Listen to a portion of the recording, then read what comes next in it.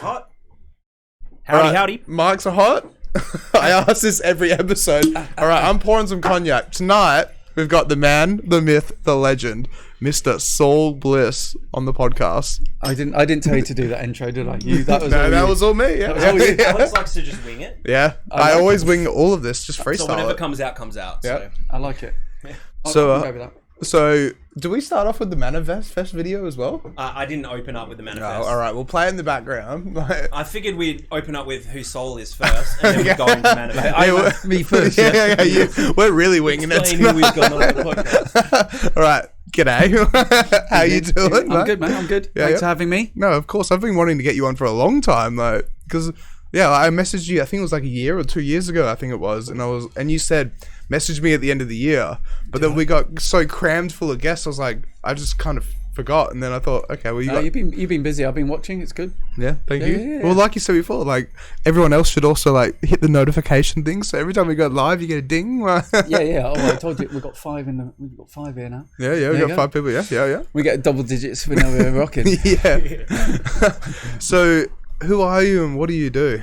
Who am I? Right. I'm Saul Bliss. I am. Who am I? Deep one. Well, half an hour later. Yeah, that's it. The whole life story. Well, short answer, I guess. I'm a DJ of 30 years. Promoter from probably about the same. 30 years is a long time. It is. It makes me very old. But you would have seen a lot, though. I've seen a lot. Yeah. Yeah. I've seen a lot. Some things I don't want to see, but I have seen a lot. Yeah. So DJ, promoter, and producer. But I kind of only like when people say, "Oh, I'm a DJ." It's like, well, yeah, but do you make money out of it? Do you make your living out of being a DJ? No, well, it's just a hobby then. Do you know what I mean? Like so I wouldn't call myself. I produce music, but I wouldn't really call myself a producer because, I don't really make that much. Well, I make fuck all. No, are you allowed to swear on this? Yeah. Yeah, of course you can. You make fuck all money out of it. That's exactly it. Yeah. That's about it. COVID. Yeah. Oh, either or, I don't mind. So what was I saying? Yeah, already lost track. So it's been a long day. Yeah. The producing thing. So I wouldn't call myself a producer. I have made records and I have put them out, but it's not making any money. That's it. I don't think it really, even for even the big boys. Yeah, they don't make money at all. Like, I mean, if you're smashing out, millions of live streams on the socials and stuff like that, and on Spotify, you can make some money, I think, but the numbers you've got to do exactly are nuts. I think a lot of money is made from like touring and shows and stuff like that. Yeah, well, that's the model now, isn't it? Make a big tune, use that as your profile, sorry, you keep going. I was gonna say, can you quickly just look up the price ranges? Because like there's a statistic where it's like... you can actually load up, because I think somebody the other day said to Jodie and Pacha. One of my price ranges for what? Just Spotify plays, I think. Yeah. How much you get for 1 million Spotify plays? That's it. Yeah. And it's something like $1 or something like that US. Yeah, it's nothing. It's shit. I mean, the thing is, if you're making music to make money, then you either like making commercial music, or you make commercial music purposely to make money. Do you know what I mean? But that's it. I guess if you're a person that likes underground music and makes underground music, you're not going to get millions and millions and millions of streams. I mean, like you could get underground hits that move over like that. What was that thing out of Melbourne that came out 4 years ago, but then got really big this year and got millions of streams? Oh, what? Not Melbourne Bounce, because that was a while ago.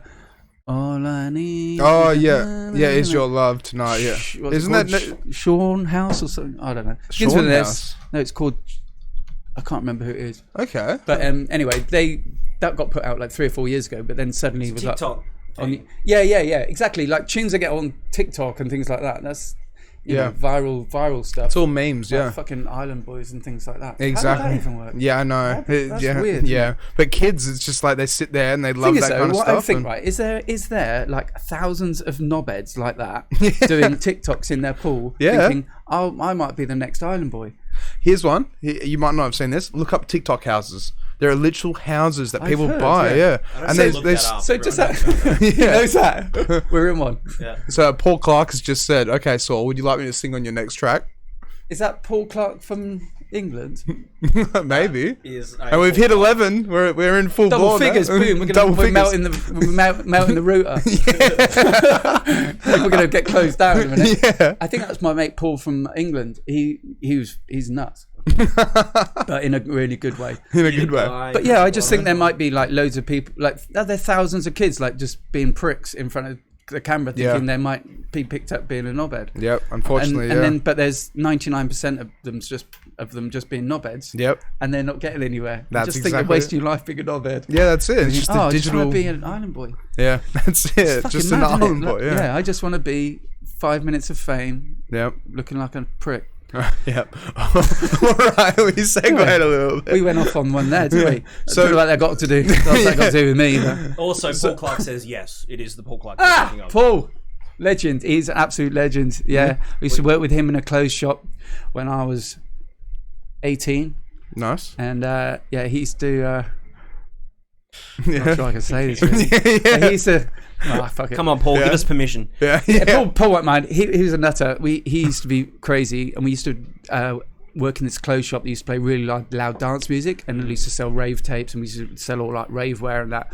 And over Christmas, we used to bring loads of drugs into work. We used to do drugs at work and drink red wine. Very nice. Cheers, Paul.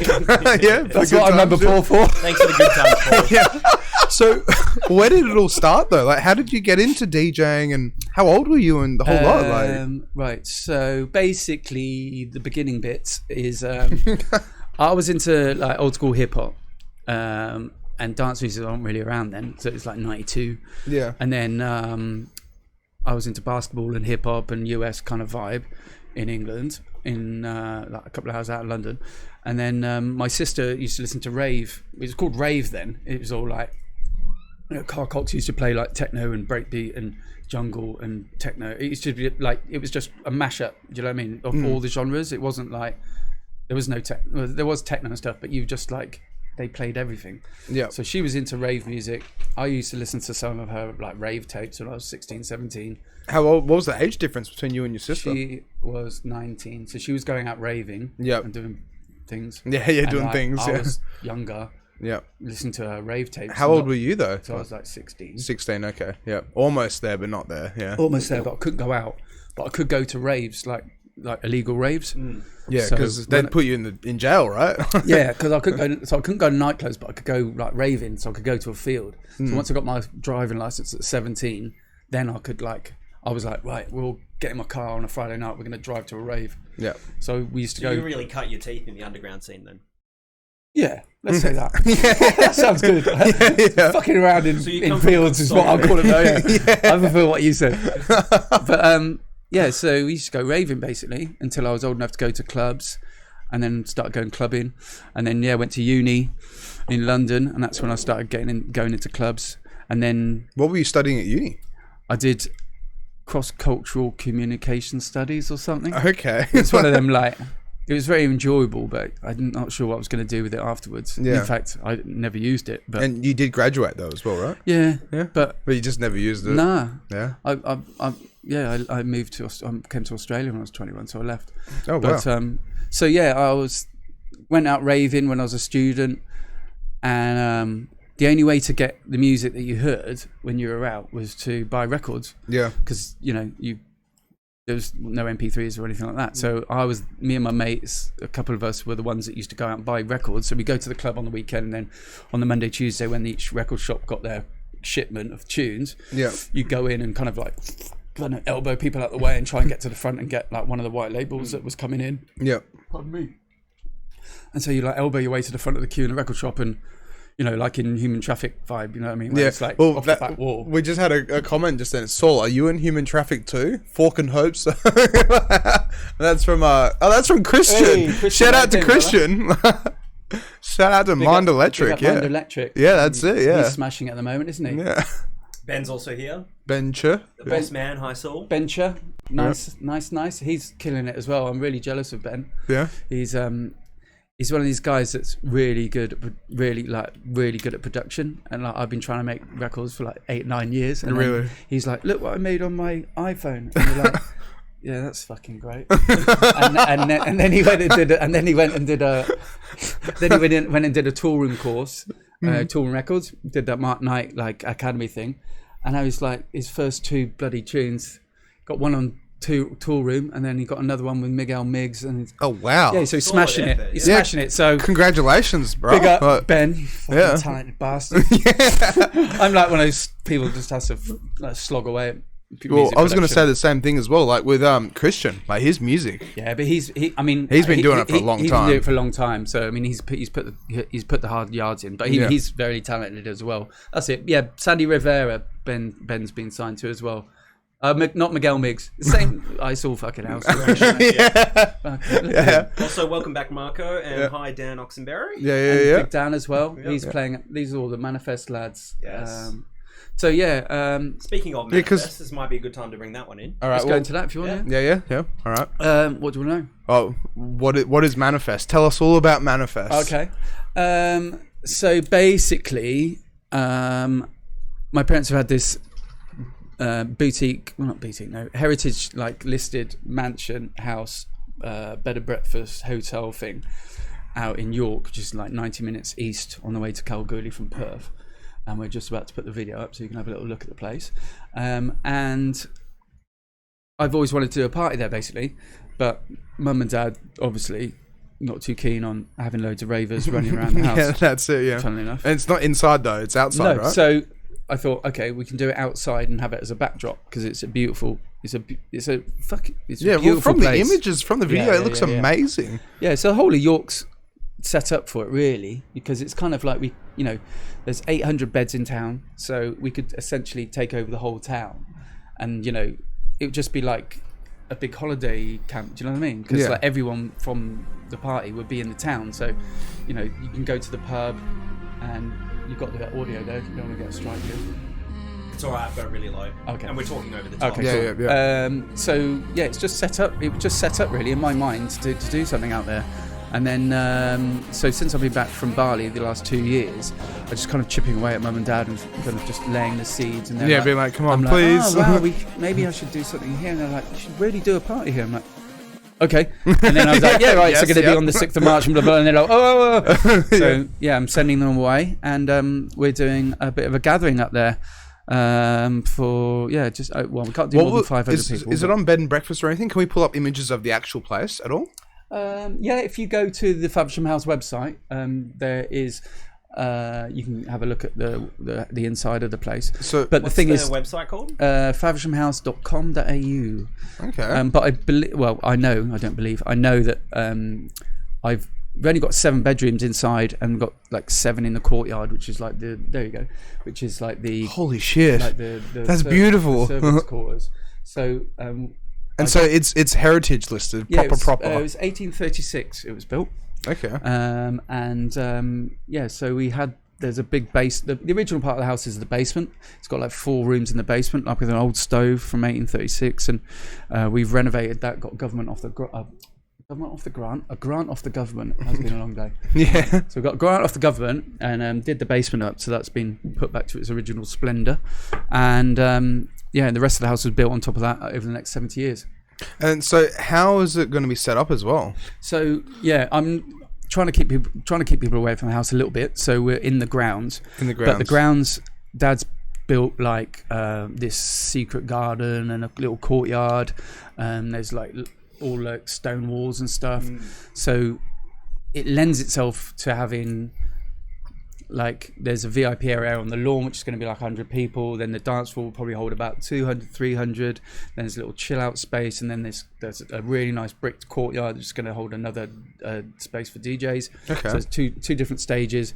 There's a really nice gazebo. There's a massive koi pond.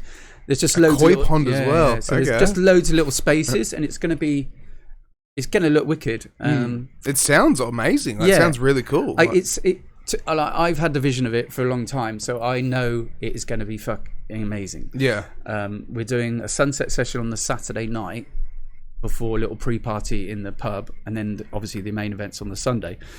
So we're going to go to Mount Brown. If you bring up Mount Brown Sunset York and the lookout up there, we're going to do a little party up there with David Robinson playing like really nice organic deep house. Okay. And I got there just to chill and at night. There you go. Yeah, that one. I got there just to chill at night, watch sunset without music or whatever, and just it's the vibe up there is awesome. And I just thought, wow, imagine being up here, having a beer, and listening to some decent tunes.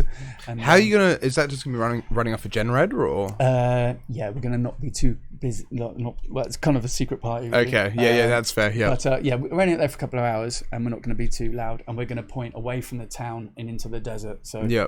We won't upset anyone. Okay. We're not out there for long. And then like a beautiful location. Yeah. I mean, that's just like 2 minutes away from the town. So that's going to be like what I want that to be essentially, because we're going to be running every year. I want that to be like the welcome to York kind of beginning of the weekend thing. Yep. And the vibe with that is like when I was living in Ibiza, sunsets were. Have you ever been to Ibiza? No, I want to.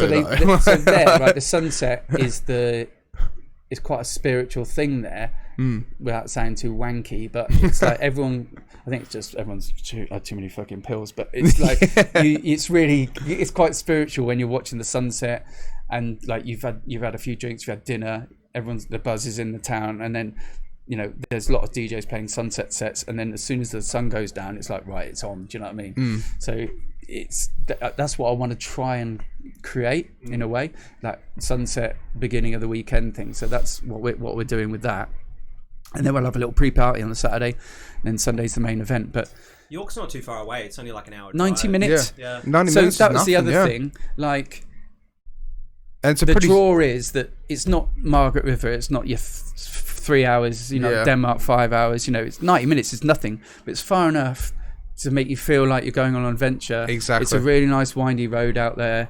And it's pretty safe at night, would you say? Like, there's no kangaroos or anything like that? Or? No, I haven't seen any kangaroos. I've never hit. Nearly hit it once, but I've been driving in and out of there for 2 years. And yeah. So it's a beautiful drive. You're going to feel like you're having an adventure. And it just, for me, it just makes sense to be doing that now as well, because a lot of people want to get out of town. That's it. Want to have some fresh air, get all out. These restrictions. You know what I mean? Something different, like, and something different as well. Yeah, I feel like in Perth, it's sort of been shoehorned into the Perth region, but we have such like beautiful landscapes and stuff. Yeah, well, there are things going on. I mean, you've got the not Burning Man, the Blazing Swan, Blazing Swan. Yeah, and you've like got Blossom Festival, Blossom Base Camp, and all these kind of things. Wave Rock Festival. Yep. These kind of things, which are great, but I hate camping. Yeah. That's it. When you go to like Blazing Swan, you get there for 7 days. Yeah. And it's like Blazing Swan's like 9-hour drive or something like that. So basically, in my head, I was like, "Yeah, I'd like to go to these places, but I don't really want to. I want to have a shower and a bed." Yeah. So that's the good thing with ours is that there's 800 beds in town. We're walking distance from everyone, so everyone gets a bed and a shower. And on top of that, you're helping the community as well, because helping the community. That's it. Exactly. That's a massive drive for me. Yeah. Well, it's a good thing. But it helps. It helps to get. It does help in a way that you're helping everyone in town. Like, I'm buying all the alcohol from, a local supplier, local bottle shop. We're having the pre-party in one of the pubs, giving them a big, nice evening. All my staff are from there. The only thing I couldn't get from there was the security. Yeah. Which is fucking expensive. Yeah, security is very expensive. It's always been expensive. And because they got to drive up there, they're all getting, X amount for driving.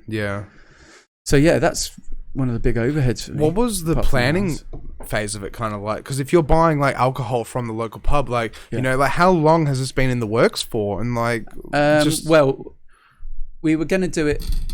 We were looking. me and my partner Lee Bramley, who runs Grooveyard, which is the other half of it, we were thinking of doing it before Christmas, but then it all just got a bit rushed. Yeah. And we were like, nah. And then he usually does a party up in Ocean Reef on the long weekend in March. So he said, look, I'll take that one off and I'll just jump in with you. We'll do this thing out in York. So yes, November really. And to be honest, every day since November, I've done at least something for the party. Yeah. And if you've ever run an event, I'm terrible with my phone, as most people are. But like when you're running an event, you can't help but look at your phone every 3 seconds to see if you've sold a ticket. Yeah. On the way here, I was like, oh, sold a ticket, excellent. You get this little horrible little fucking buzz, and you're like, oh, phone addiction. You know what I mean? But then you've got to wait for the last like 72 hours for the. That's it, and then it just sells. So yeah, many. well, it went like that really. Yeah. It's like at the beginning it was great.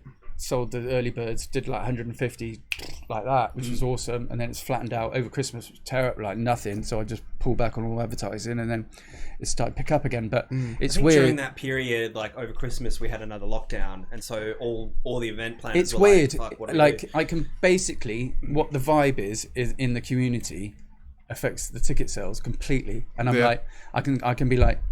Yeah, there's literally no faith in hospitality at all at the moment. You know what I mean? I'll be flogging adverts and you won't be getting anything back. Or like, you know, I can see that there's thousands and thousands of eyes on a video and click through and watching and everything. But then it's, you know, they might not translate to what they should in ticket sales. And so you know that people are seeing it, and I know the product's good. I know the promo's good. You know, everyone's like, oh, getting good feedback from the videos and things like this.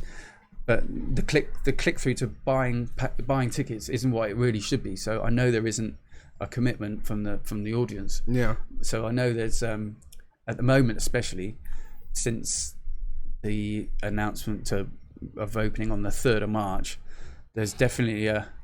Yeah, it's it. Yeah, hopefully everything can go back to normal. Because it would because it's like Foursquare made a rule, something like that, right? And with that, I guess festivals and stuff like that can't really run, right? Yeah, but the thing is with that is that it's on with a nightclub, you have a set space. So if they say okay, you have 100 square meters and now it's 4 per square, they can't do anything about that. But if you're running a festival and they say it's 4 per square meters, you go okay. Well, not sound like that's what we live on. We live on 1,000 acres. But okay, we'll just put the fences another 50 yards back. Yeah, you know, it's actually.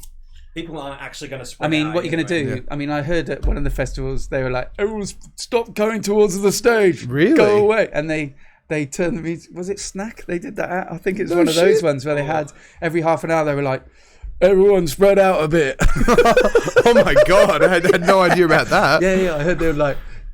And then the DJ, they're kind of trying to hide the DJ, so everyone was like, "Oh, we want to dance in front of the DJ all together." It's like so they kind of hide him, so there's something like that. So, but you can't stop. I mean, so you can't stop everyone congregating in front of the DJ. That's what people do. That's exactly it. So if you're like, "Oh, that's right, we've got 1,000 square meters," yeah, but everyone's going to be in the 5 square meters in front of the DJ. So that's it. Yeah, there's no point in putting the fences all the way back there. No, it's like, right, you've got to stay over by the fence, but you can stand on the dance floor, like. That's it. It actually, in effect, just doesn't work. But so, I know they got what are they going to do? It creates more problems than it solves. Yeah.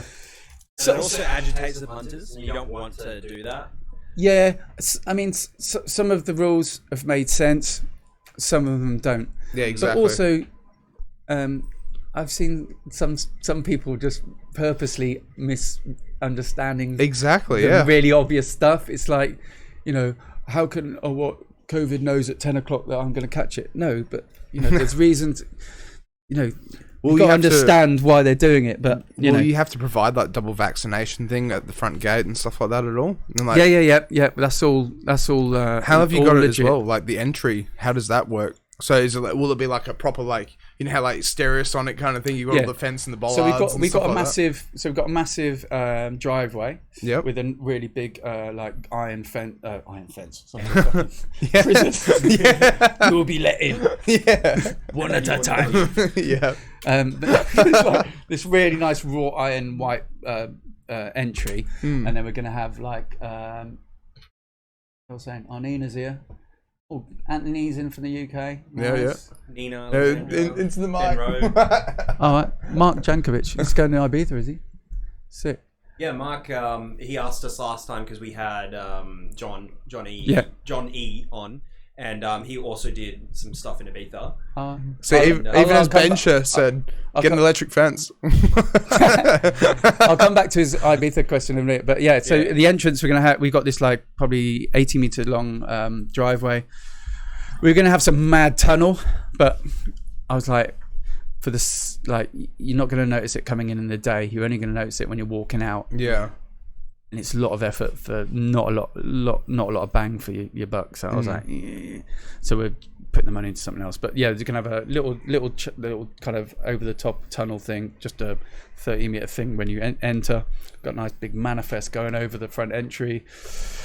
And then we've got like red carpet going up. We've got some flame, or we've got these big kind of vases all around the garden, so we're all putting flame lights through there. Oh wow! Okay. We've got a nice VIP area. So you're going all out then? Yeah. So that's awesome. We've been building we're constantly doing it. And then like last weekend, we got like 40 crates up there. You know, the pallets. So we built the front of the pallet stage. It's going to be a bit like, I don't know if you've seen it, June a Deep London thing where it's all crates and foliage like this all coming through.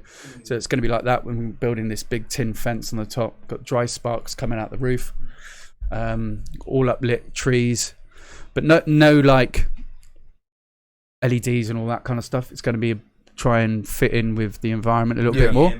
That's pretty cool. That's the way to do it. And then we've got this gazebo that's got big chandeliers hanging in it. Then we've got this natural amphitheatre at the back, and that's got another DJ stage in there, all rustic. So you got two DJ stages. Yeah. So we've got this little courtyard, this little hidden courtyard, which is really cute. Yeah, and then we got the main one on the tennis. We were looking at this, and we were kind of expecting Boris Brecher at the chateau. Fuck, I wish. But when we were first thinking about it, we were gonna go. We were kind of thinking this vibe and just going to have the DJs on the balcony of the main and the front of the house, but then we would have had to have everyone on the front lawn. Yeah, and there's like a fountain there, and you don't want to get mashed up or anything. Yeah, so let's give it back to the beginning though. We may change the setup, but we'll run with it as it is this year and see how it goes. Well, that's it. It's a demo because you've never done it before, right? No, we haven't done it here, but it's been it's weird when you have something in your mind and there's this little voice that goes, don't do it, it's going to fail.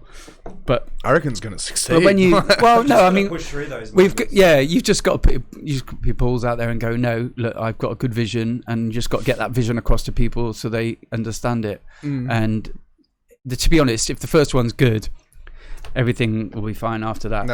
We're going to get some really good content. We've got Benjamin Ritchie's coming up taking some nice photos. We've got he's up there for 2 days taking photos. Hopefully you guys are going to get involved and maybe do some live streaming. That's which it. would be amazing. Announcement. We're going to try big announcement from the boys. We're going to live stream fresh off the press. That's it. Cheers to that though. Cheers to that. Yeah. And we've got a videographer up there as well. And I think if we just really nail it this year and make it really special for people, then you're done. You know what I mean? If you fuck up the first year, no one's coming back. But as I said, I just in my head, I'm really excited because it is. I'm really excited as a punter. I'd love to go to it. Yeah. And so people are on the fence about it. Come and party. And if you don't enjoy it, I'll refund you. But you will definitely have a good time. Yeah. That's it. And tickets guaranteed. Tickets are not that expensive. Yeah. Well, we tried. That's another thing. When we were planning it, we were like, we don't want to compete with other. We want to stay away from anyone else that's doing stuff on that weekend. And I know there was going to be other stuff on. I knew that was going to be hundreds of dollars. So we were like, let's try and keep it under 100. So the general tickets are like 89, I think. Exactly. For the final release, and that's not bad. So we're trying to give people decent bang for their buck because they're going to have to stay up for 2 days and buy a hotel and stuff like that. So it's not cheap, but it's definitely not expensive to have a weekend away. Intermediate, and that's exactly, it's a weekend away. And we've stayed away from internationals as well. We had the opportunity of getting some international acts in, but I mean, how would that have worked actually? We would have probably... You would have had to book them for like 2 weeks. We booked them, but then they would have thought they would have isolated, so they probably would have cancelled, and then they probably could have come in now. Do you know what I mean? Yeah. Because on the 3rd, they would have been able to come in. So, But I think they still have to go 7 days quarantine or something like that. Maybe. No, they don't. Oh, they don't. No. International travellers, as long as they're triple vax. yeah, they Yep. could come in. So essentially, yeah. if I booked someone and they hadn't cancelled it, they might have been able to make it. But the thing is, I know there's a couple of other things on that weekend that have had to make the call before he made the announcent. So Plus, the government sort of like changes things up like a week in advance. Well, that's the thing. Exactly.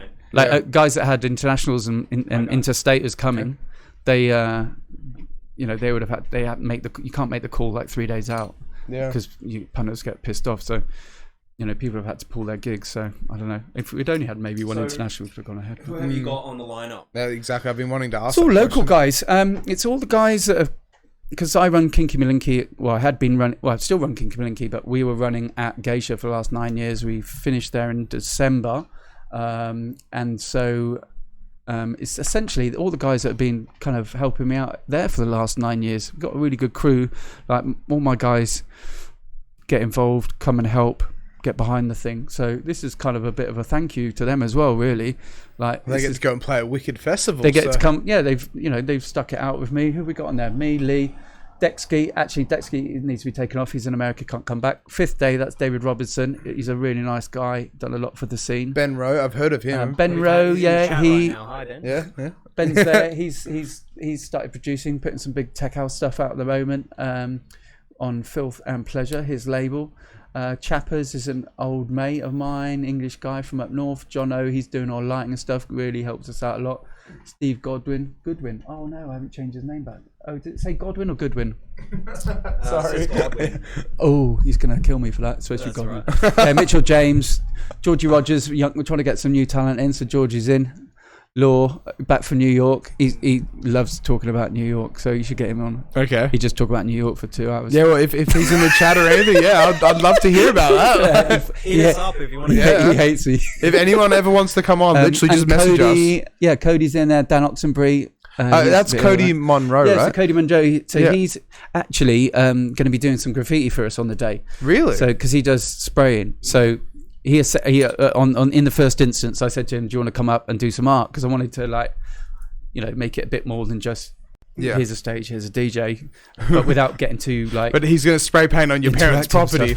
I hope not. No, around the back. Okay. Cody was here. He'll have a spot for him to do his art. So so we're going to put a big canvas up for him, and he's going to do.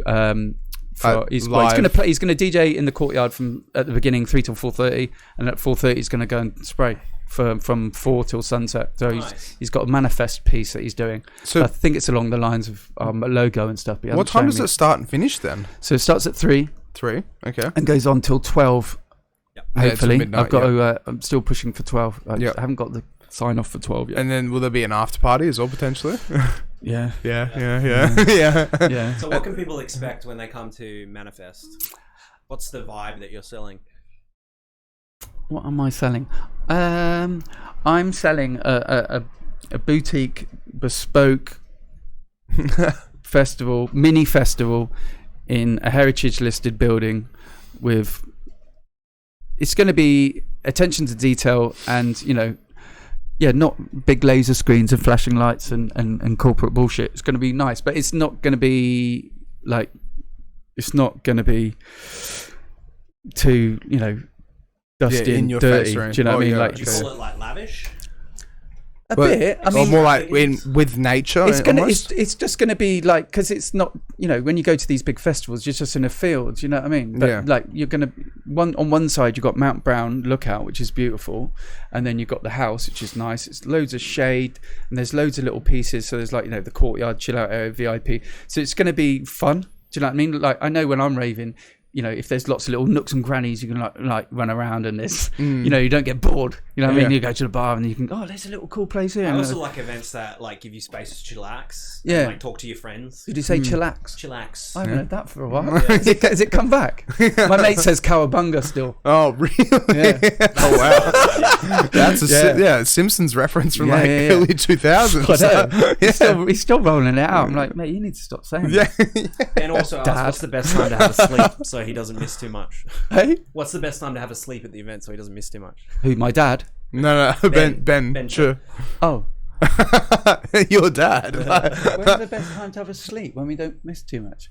I don't really understand. You know, that. when you go to a party that you know has an after party as well, you got to have a power nap at some point. He won't power nap. No, just keep kicking on. Yeah. Ben, chill. What are you talking There you about? go, Ben. Josh Ryan's here. Hi, Josh. Have you haven't bought your ticket yet, have you, mate? Get out here. Called out on. Come on, mate. live. Yeah, that's Come it. on, As what Marco said, 7 a.m. Monday morning. Yeah, well, the toilets go back at Sunday night. So after the after party. Yeah. So there was a question up there, wasn't there, about Ibiza or something? That Marco said. Yeah. And also, just quickly, what did Ben say as well? He said, electric fences that go up. Electric fences equal disco, free disco lighting. and then Marco was like, free disco dance moves too. Yeah. Just hang on. Is Marco coming? Is Marco in Perth? Hopefully. Yeah, he is. I think he's going to Ibiza it was either June or July. Yeah. To work, or what's he doing? No, I think holiday. Yeah. Oh, okay. Yeah, here it is. Saul, do you have any hidden gem recommendations for first time Ibiza goer? I'll be heading there this June. Okay. Do your research before you go. So get online, because you can all, like with Ibiza, they'll put up the whole season's events. Yep. So have a rough idea of what nights you want to go to before you get there. And then when you get there, you'll just go on a mad first night and all the plans go to shit. Yeah. That's my friends. Oh, we want to go to Pacha on this night and see so-and-so. And then we want to go. And then they get there and they just have this mad 24 hours and then... Yeah. And it all goes to shit. And, but have a little plan. I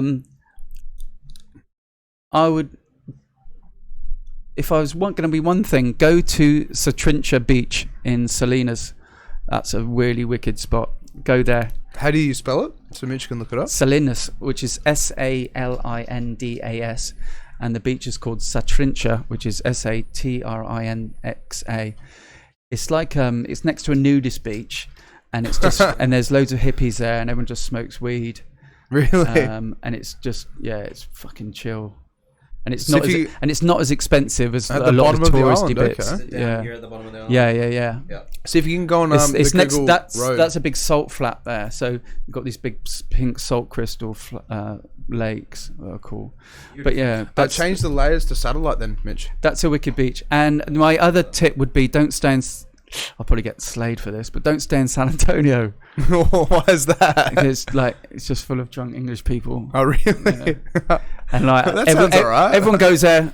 Yeah, I mean, to be honest, everyone goes there when they go to Ibiza the first time. They go to San Antonio and just like go around these horrible bars and stuff. I sound like a snob, but yeah, I never stayed there. So do you like booth rats? Nina is a booth rat. She is a booth rat. Actually, she's saying that because I showed her our access all area passes for Manifest today, which that green, or luminous green. Yep. And they have access all areas on it, and it says Manifest, crew, DJ, or booth rat. Oh, booth rat. Very nice. Because I know there's going to be her going, give me an access all areas pass. I'll be like, all right. So, yeah, she'll come under booth rat. I have the same problem when I throw my events. Like you come out, and you're like, only VIPs can have it, only the DJs and the event, managers. Booth rat. But no, you end up like 75% of them just go out to your friends. Yeah. I was going to ask as well. So with Manifest, have you had to do much licensing at all for like liquor and everything like that? Yeah, well, because we do weddings and stuff at the venue. Okay, it's already got. It's pretty much got that. Just have to get a special license for the event itself. Yeah. Okay. Yeah. So with the special license, is that for a certain capacity kind of thing? Yeah, it's 250 to 500 capacity. Okay. Yep. So yeah, and I think when you go over 500, then you're getting into a different bracket, and a different category, and then you're putting yourself. You have to have more stringent things. Outdoor events at the moment are limited to 500 anyway. Are they? Yeah, I thought you could still do big events as long as you were kind of jumping through hoops and stuff. I don't know, because I didn't have to work it out, but I guess it really if it's a licensed venue, it might be different. But we had this is a interesting little tidbit. This week we actually had somebody phone the police. I saw something on Facebook. Your story. Yeah. I don't normally like to air my dirty laundry. Yeah, but what happened? Tell us. But I thought, to be honest, this will probably get a few sales, so I'll just put it out there, and then once I get loads of traction, I'll just put Manifest at the end. And yeah. What happened was, I turned up back in York after being in Perth on Saturday, and there was 2 police at the venue in York at Faversham House, and they said, "Oh, you Saul Bliss?" And I said, "Yes." And they said, "Oh, we you came to get a confirmation from us during the week for the liquor license." And I said, yeah. I said, "I just needed you to say that you were aware there was an event happening here, so I could go to liquor license and apply." And they said, "Oh yeah, cool. We give you the letter." I was like, "Yeah, I know." And they said, "Oh, and so what is this party?" And I said, "Oh, it's I showed them the thing online and said this, we got security, toilets, everything's in line. Been to the Shire, got the noise regs sorted out, and the neighbours are aware. They've been sent letters. We've done everything straight down the line." And he said, "Oh, because we had a call last night from an older lady in Perth. She wouldn't give her name, and as soon as he said that, I was like, oh, here we go." And he said she wouldn't give her name, but she said you were having a maskless anti-vax rave for 1,000 people. And I went, "Well, no, that's not what's going on." And so seems like you've got a hater. Yeah. One. Yeah, No, I got a few. I got a few, mate. I got a few. They're probably lurking in there. Some of them. One of the 16 in there. It's not the angry lady that called the cops. But somebody tried to shit on my parade. But do you know exactly who it was? I have a short list. Yeah, a short list. Yeah. Yeah. Of about three or This four. is your opportunity to call them out live. Yeah. Nah, they know that I know. Yeah. That's enough. Yeah. And to be if honest, they're watching, they know that you know. to be honest, you block and delete and you move on, don't you? Really, with That's these it, people, and you're still living in their mind rent free, like years afterwards. They're Exactly. still ringing the police about you. Like, Yep, that's what happens you with loser. ex-girlfriends, right? Yeah. yeah. Or it's me with them, but Yeah, all that. Yeah. but yeah, I mean, it's sad, really. I mean, they got to wake up every day and be that person. Whereas, we kind of we don't really care what they did. Just move You know on what I and mean? just do whatever. Yeah. So it's sad, but it goes with the territory. I said to the guy, I kind of expected you to turn up at some point with someone trying to throw a bit of mud, but I said we're straight down the line. It's our first event in York. We don't want to upset anyone. We're squeaky clean. Show them all the paperwork. And they held events like this, similar to this one before. Well, weddings and stuff like that. But we've been there 18 years, and they've never had any complaint or anything from the police. So they were totally cool. And as he said to me, like we've been told to enforce the COVID rules with compassion and not with a boot. Not with force. So we're not here to get involved. And I said, well, okay, we'll see you on the day, and you can come up and have a look at the things. And he said, look, unless I get a phone call, I'm not gonna. Yeah. You won't see me. Well, shout out to the York police. Yeah, they're good guys. They're good guys. So as well, so that lady doesn't even live in York. No, she lives in Perth. She lives in Perth, and she's like, where? Kind of thing. Yeah. So she's just trying to. Shit on your trying to get me parade, shut down, but I mean. Yeah, but you're following all the rules. I think it was probably just a few too many glasses of white wine on a Friday night, and she grew some balls and thought she'd make a stupid phone call. Yeah, probably woke up on Saturday morning, realised how stupid she was, maybe or not. Fingers crossed. Yeah, they said. I mean, they said, look, we got to follow it up. But as soon as I said, well, I've got a short list of who it could have been. Yeah, they're like, yeah, don't worry. Anyway, so it was cool, to be honest. I'm quite glad they come up because it means I could talk to them and show them my COVID plan, and they could be aware of what's going on, and they're more than happy with what we're doing up there. So, in fact, it was brilliant. What actually goes into making a COVID plan? It's just ticking the boxes, really. Okay. So you get like a checklist kind of thing of things you have to abide by. Yeah, you have to prove that you're doing the right thing. Just play the game and make sure that you're checking people and doing your bit. I mean, you can only do so much. Exactly. I mean, the security guards can only do so much, and if I guess if somebody wants to jump the fence and try and have a party, I mean, we've got wristbands and we can check, and that's a whole we can sort that out. We got more security than we need, more security than we need for that exact reason. But yeah, so it'll be cool. Are your parents going to be inside the house as well? No. It's like, oh my god, it's so loud outside. Did you have to That's it, to the curtains. Did you? Because the way I usually tempt my parents to let me use the place is, I'll pay for an Airbnb, an Airbnb for the night. No, Go enjoy yourself. my dad was the worrier, but he's going away for the week, and then we got Buddha in the chat. Marco, Bencher still. Don't worry about checking your phone, so it's just me buying a manifest ticket. Go on, Marco. Yeah. Oh, this is probably a good time to say we might we're gonna give away a few tickets tonight. we might give away a couple of tickets. Yeah. So maybe although everyone in that chat I think is probably coming. Yeah, probably. Let us know if you don't have a ticket to Manifest yet. Yeah, who hasn't got a ticket to Manifest? Yeah. And we might give you one. That's it. Put it in the chat and we might This is how might we do a roll. giveaway. Quiet. Tumbleweed.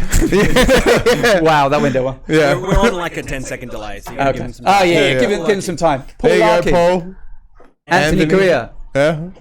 Anthony, you're on Yeah, are we getting some stuff off you? We'll Then what's repeat your that. wristband? So just repeat that. If you're in the chat, because we just had like another 4 people join. Justin, I've asked you to come.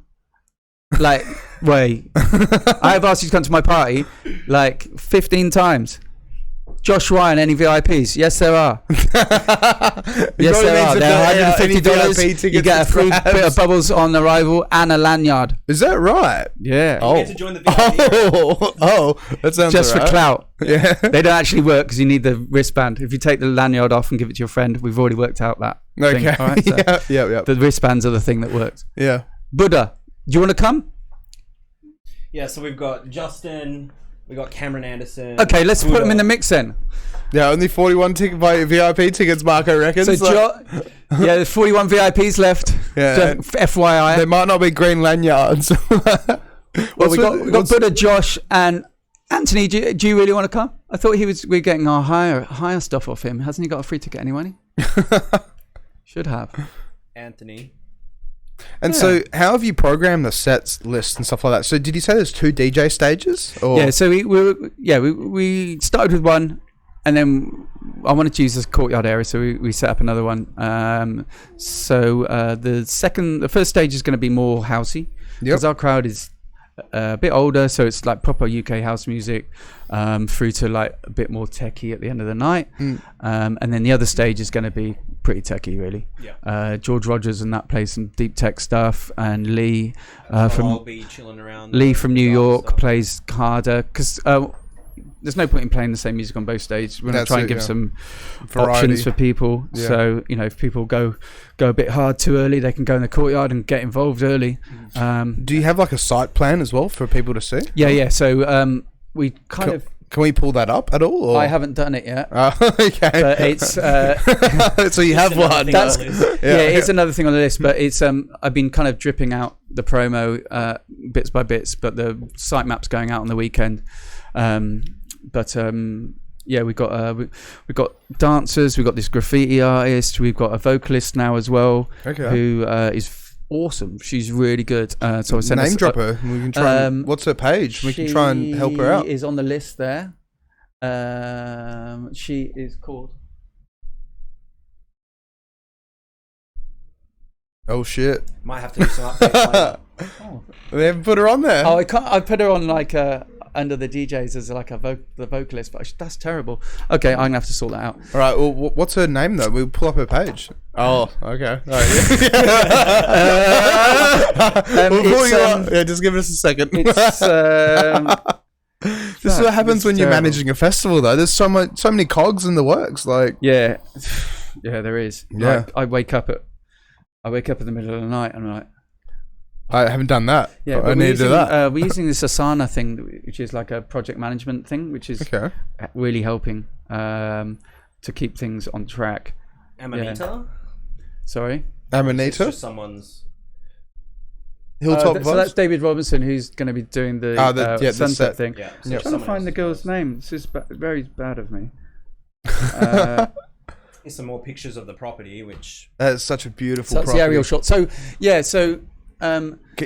circle with your mouse, Mitch, where things are going to be. Right, so on the left-hand side of the picture, basically, of the left-hand side of the house, you can see that secret garden at the top there. Yep. So that's going to be the courtyard. So that's the second stage. Okay. So there's a natural amphitheatre in front, so it's like leveled up steps. And people can just chill in that amphitheatre. Yeah. Okay. And then so you've got the green grass bit, AstroTurf at the back.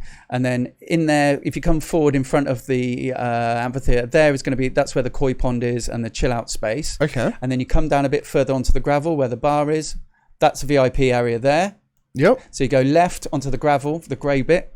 That's where the bar is and where the graffiti is going to be. And then you come forward where all the trees are. to the left there, and that is where the main dance floor is. Oh wow, okay. So it's got loads of cool little spaces for, you know. What's going to be on the right hand side then as well? So that's fenced off really, because that's the front of the house. Yeah, that's fair. And there's lots of breakable stuff. So it's mainly contained to the left side of the property here. Yeah, so essentially that the left hand side of the property is all that. Okay. And I mean, that's more than enough. It looks huge. Yeah. So. Well, it's every little space probably takes about 100 people. So that's the entrance. So we're going to have that's a beautiful entrance so that's with the big iron gate. Yeah, so that's the big iron gate. Yeah. So we've got a big manifest like logo kind of top, thing. yeah, so like Hollywood sign kind of thing going over the entrance there with got this big star mirror ball, but it's a star one instead of like a round circular. It's like this star mirror ball that's hanging up there. Sweet. So that's going to look pretty cool. And I also got this massive gorilla, cuddly gorilla that I'm putting in the tree to freak everyone out. Oh, really? We usually leave it at the back of the house, and when visitors come around, they go, "Fucking hell, what's that?" So I'm going to put it in the tree. It's going to fucking freak everyone out. I've got some merch as well. Okay. Got some stubby holders coming. Nice. So that's cool. Just stubby holders at the moment, or yeah, I want to get some other. one. I want to get some other stuff, but I'm just running out of time really. That's it. Yeah. Want to get a limo to the event? But there's a local limo driver who's already been contacted by people to ferry them around, but most people are like within walking distance. That's the best thing about it. It's just like the whole of town is walking distance. So and that was the first video we did. First promo. But still, it looks like such a beautiful place. House and techno. Yes. So that was eventually, that's where we were going to do it. That's the little gazebo area there. That's a courtyard that goes into the second space there. Yep. So cool little courtyard. That was with Dad built all that. Really? Over the last 15 years, yeah. Wow. So that's the courtyard, and there's the front door. That's so cool. So it's a nice place to party. It's pretty. Yeah. Yeah. It's very lucky that your parents own a place like that. Yeah, like, it's taken me 2 years to turn around to it, but yeah, I go through phases of being like, what the fuck am I doing? It's hectic. But I know it'll be worth it. I mean, look at that view. That's just the view we're going to have on Saturday night, just to kick it all off. Yeah. So it's something different, you know? That's it. It's something I'd want to go to. Do you know what I mean? I think that's the key, isn't it? You've got to promote something that you would go to, not just like, oh yeah, we'll just put loads of screens up and kids will come and get fucked. Yeah. You know what I mean? John's just asked, will this rival anything you've thrown in Ibiza? It's all club stuff in Ibiza, really. I was looking after Kinky Malinki brand over there, so we were doing monthly parties in like super clubs. So like, super clubs. Yeah, that's what they call it. Like 3,000 people.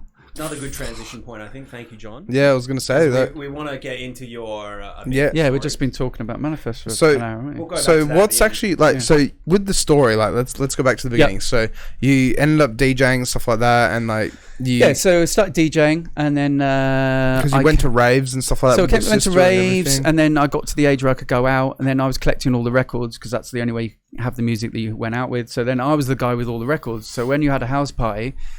And so it was like we got decks, and you're the only one the music that we've heard out in the clubs. So, you know, and there was no Spotify or anything like that, or any mixes. So you had to have the guy that had all the tracks. So I was the guy that had all the tracks. Me and my mates. It was like you're playing. So it wasn't like, oh, I want to be the DJ. It was just like, oh, I've got all the music. Yeah, okay, right, okay, I got to do it. I got to do it then. I've got the music, so I was always invited to the parties because I had the music, and that's how it started.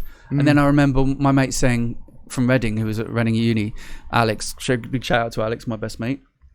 He said they want us to DJ at the pub down the road because we've got all the music.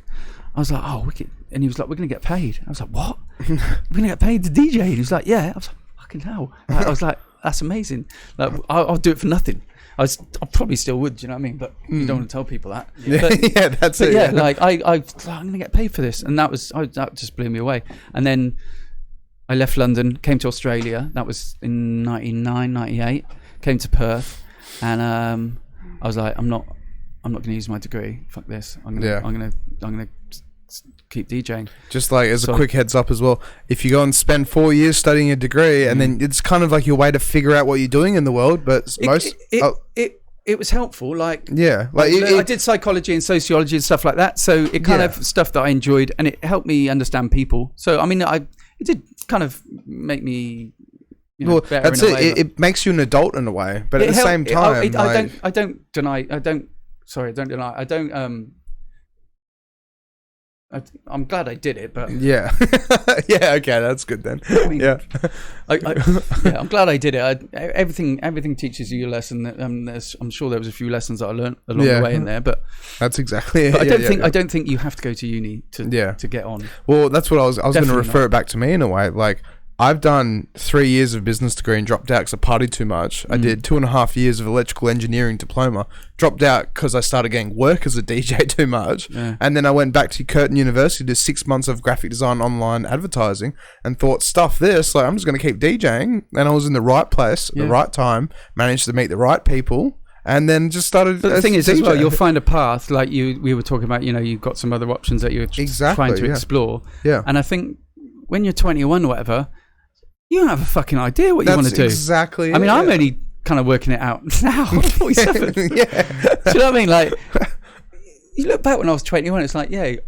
gonna set your path for the rest of your life when you're 21. Yeah, and stay in the same job for the rest of your life. Yeah. Like, that's mental, isn't it? Really, when to be honest, you hear this from a lot of people of all different ages. Like, they're still not sure what they want to do with it. No, exactly. Just like take the opportunities that you have, go for them. I'm just happy that I got something that I really enjoy doing, and that I jump out of bed to do. That's it. And like I'm passionate about. And that's what you got to do. Is you got to find a lot of people don't have love. that. A lot of people go to work, get home, put Married at First Sight on, and then get up and do the same tomorrow and the next day. And to be honest, if they're happy doing that, they're happy. They're lucky because I'm not that person. I haven't got a TV. I don't. It's not. Yeah. That's a good thing because TV it's pretty bad at the moment. Well, Aussie TV is terrible. But I mean, it's terrible. And also like the news and everything, it's like it just filters into you, and after a while, it just brings you down. After a while, especially at the moment. So, that's it. Yeah. But anyway, continue though. With what you're saying.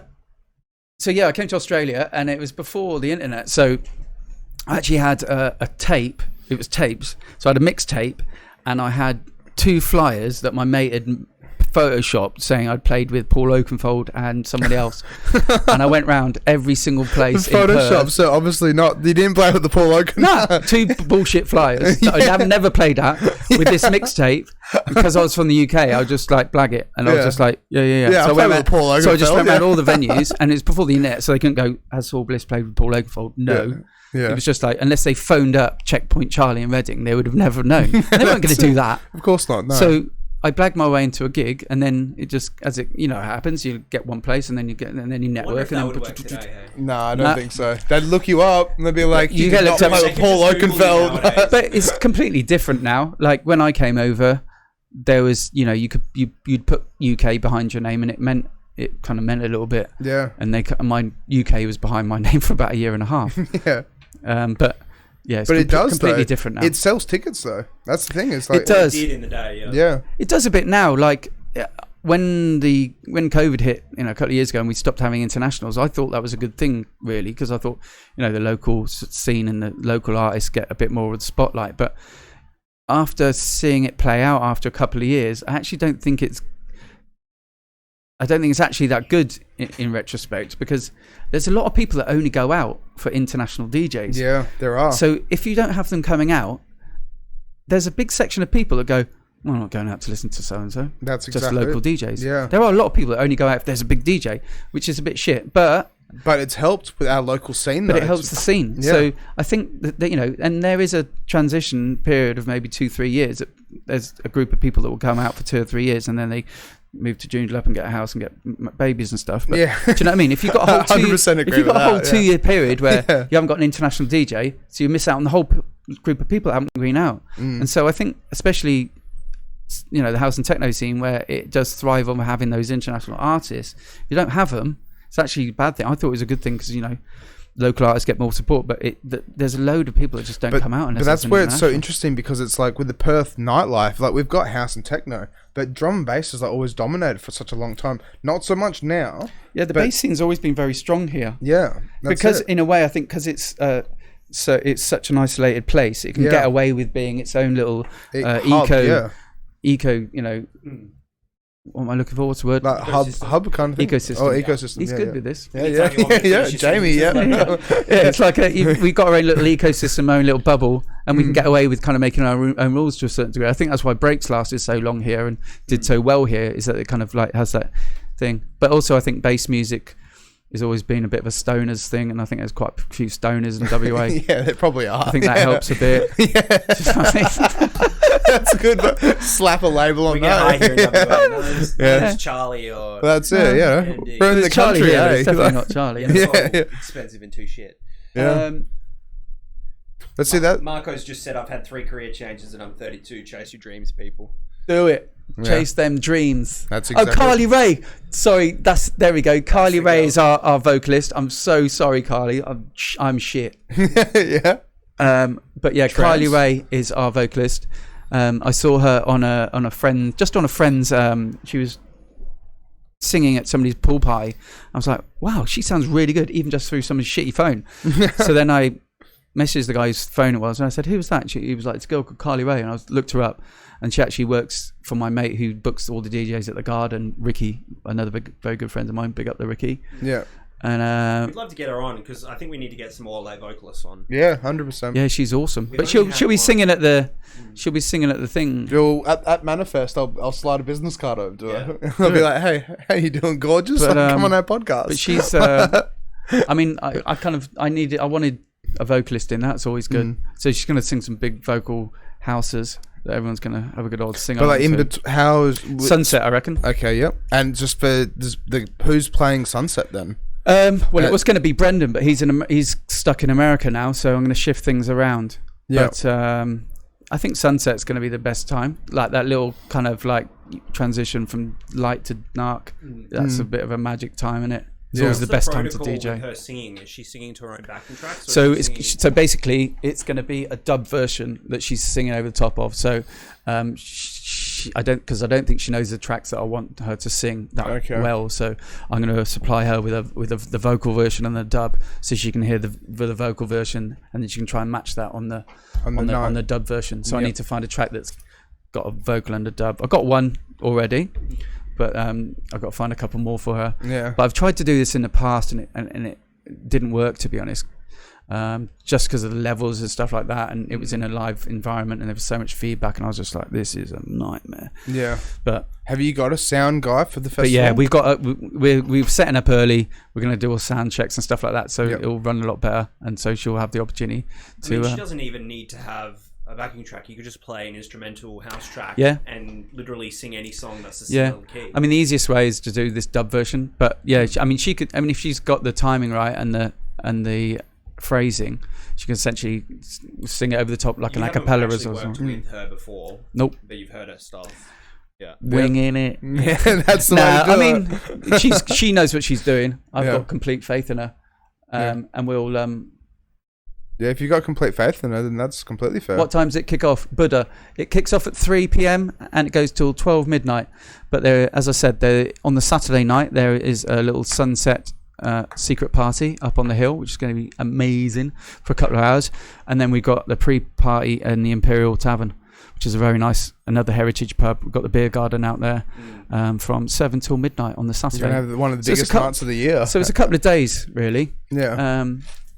Perfect, I think. Two nights, as long as people don't get too burnt out on the Saturday and keep themselves.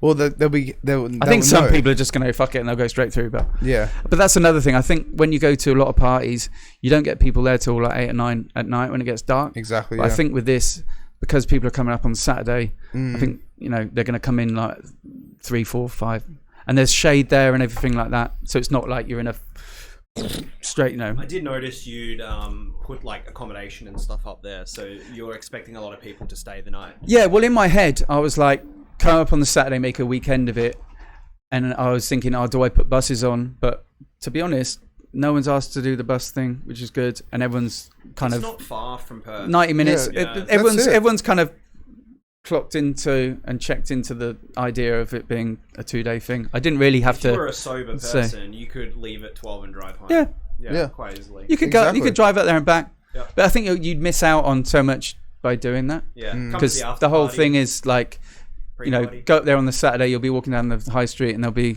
like, everyone will be bumping into each other. Everyone's got their hotel rooms. Come see my hotel. It's going to be fun. Yeah. And It's so gonna be it's, so much fun. it's on a long weekend as well, right? It's a long weekend. Yeah, Yeah. So Monday's exactly. off. Yeah. What public holiday is it? Do you know? It's not Queen's birthday, is it? Might be the Queen's birthday, maybe. If she's still around. Yeah, that's it. She's got COVID now as well. What are we laughing? Yeah. Poor old lady. Yeah. She's the most powerful woman in the world, but She's going to strike Labor us. Day. Labor Day, okay. Labor Day weekend. Apparently, can you look this up, Mitch? Right. Yep. Apparently, the Queen is getting life support systems installed into her throne so she can sit there and survive. What, even when she's like right on the edge? Yeah. Apparently, yeah. Yeah, no, I don't think so. Thing is, I Oh, think maybe I not. think you've been duped by something. Yeah, maybe it was fake. Yeah. I'd rather just. I think I'd just have the plug pulled at that point. Yeah. Don't really want to be sat on a chair kept alive. To be honest, if I was, She's pretty I'd probably old. just ask Stan at this point. Just take me down the back of the garden, put My- a shovel over the back of my head. Shit. Queen Elizabeth II. Bang. Down the back of Buck House with all the roses. whack. This coming from a British person. Yeah, that's it. Well, I don't think the monarchy have got long left, really. Yeah. I mean, she's pretty one's- old. They've been through quite a few scandals lately as well. Yeah. Exactly, yeah.